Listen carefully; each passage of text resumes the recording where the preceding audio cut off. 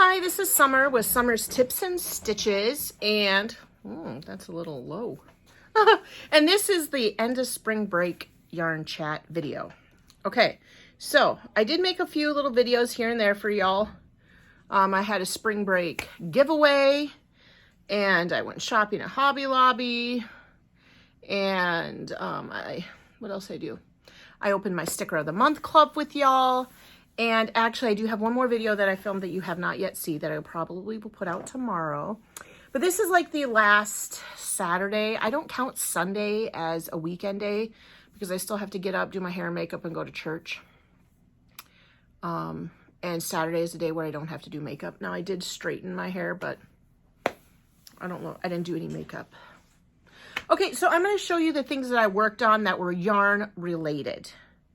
And then I went to the P.O. box and I mailed out my giveaway because she got together. We did the secret word thing. It all worked out perfectly.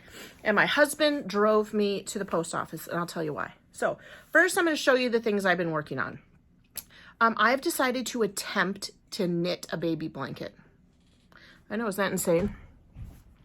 Obviously, my humble opinion after working on this pretty religiously is that it's much faster and more efficient to crochet one. I would have had this done by my second round, but this is the yarn I'm knitting with a baby cake from Karen. You know that girl from Karen Cakes. I actually got this quite a while ago and I've been hoarding it up on my cake shelf there for a while. And I just decided, you know what, I'm going to try knitting. And I knew if I was going to make a baby blanket with this, with crocheting, I mean, that's the one downside. It would be a small baby blanket. So I thought, well, you know what, let's try knitting one. And this is what I did. I actually started writing it up to do a pattern. The one downside with this is it's rolling, but I'm pretty sure after I block it, it won't roll. See, there's the bottom rolling, just like Tunisian crochet. And I just did a basic, I don't know what it's called. I knit purled across. I casted on 130 stitches, I believe. And then I knit, purl, knit, purl, knit, purl all the way across, which you can't see because it's rolling. And then when it came to the sides, I'm making my own built-in border. So every row, I start with 5 knits. Do you see that? And this gives the look of, when you knit on both sides, it gives you this look of a knit row and a purl row. Then I either knit on one side or purl on the other. So it gives that knitted look on the front, and then the back look is the purl. So I purl on this side, knit on this side, and then the first 5 and the last 5 stitches, I always knit, and that gives it that built-in border. Hopefully blocking this will alleviate the rolling. Karen's typically have a little bit of wool in them, and I have about half the cake left. So I think this will be a nice sized baby blanket. We'll have to see. Maybe it'll be an up and down one. We'll have to see how it goes. But I'm not kidding you guys. I have been working on this pretty diligently every day. Sometimes for an hour or more, I'm sitting here watching videos, knitting. I brought it with me to the park when Flynn went to go play at the park, when we had nice weather. And it is just taking forever. I know, isn't that something? So I had to take Jared to the ER this week. I lied, urgent care. He got he went to a game, I want to say on Sunday, a week from tomorrow.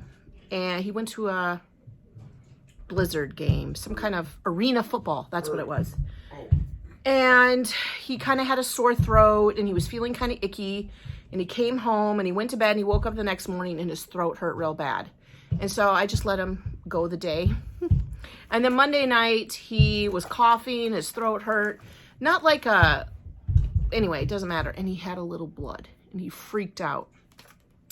So we went to the urgent care the next morning. He's got strep throat. So he's been on an antibiotic course for that. Praise the Lord, though, nobody else in the house has gotten strep throat. It's just been him.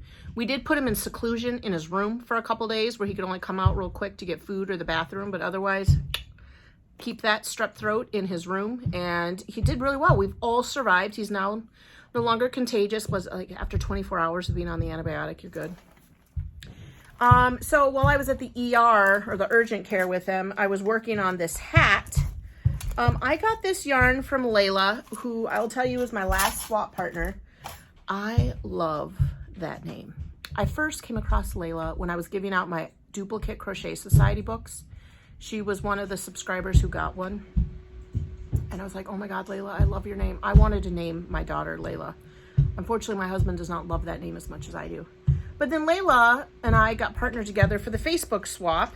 And this is the yarn that I got from her. Hobby Lobby, I love this yarn. I don't remember the name of the variegatedness, but this is how it's knitting up. How cute is that? Well, I did the first row of decrease when I was at the doctor's appointment. This is Ross's hat. It's free on Ravelry. I'm pretty sure he's got it on a website somewhere. And you do 12 knits and then knit 2 together. No, you do 14. Anyway, the whole point of this is I got around to my last section and I didn't have enough stitches. I'm off. So now I'm like, I could either go around and fudge where these stitch markers are to move it over one so this one ends up being evenly spaced, or I could frog it out and I just start all over again. I'm pretty sure that I started with the right number of stitches. And it's not like I mean, in knitting, I don't know how to fix my stitches, and you can clearly see if I've dropped a stitch or not. So I cannot find where I've dropped a stitch. So I think that's what I'm gonna do, is I think I'm going to take these stitch markers, because this isn't enough room, and I'm gonna move this one over 2, move this one over 2, move this one. I'm just gonna move them. Even though I did that first row decrease, I'm gonna still do it. I know, it's insane. So anyway, I was in that funk, if you remember, where I didn't know what to make, and I knew that I'm really good at knitting hats, except for this apparently. So after making this one and making a video about it, I decided, you know what, I'm just gonna get started on my next year's hats. So I started this one. But obviously, like I said, I'm off. So that is like the knitting.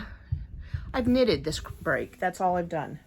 I also did just get a package in the mail because I had that spring break giveaway. I went to the P.O. box and I was able to mail that out real quick. And I had a package in my P.O. box from C Boemler. I'm sorry if I said your name wrong. And I got a little treat here. It says, thank you, thank you, thank you. She wrote a really long note.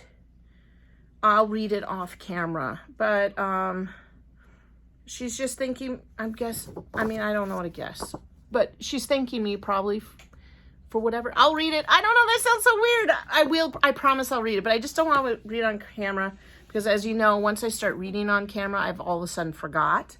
Plus, I can't really see it very well without my reading glasses.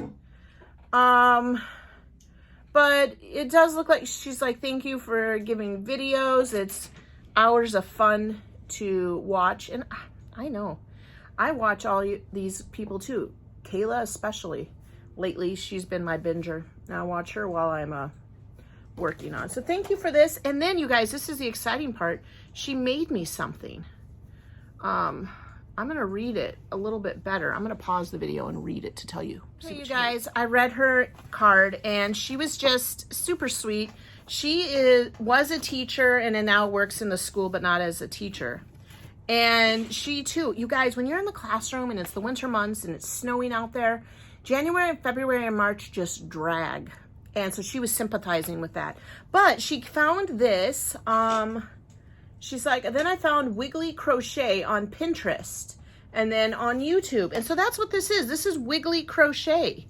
Look at that. And she's like, you can use it as a hot pad or a coaster, a mug rug.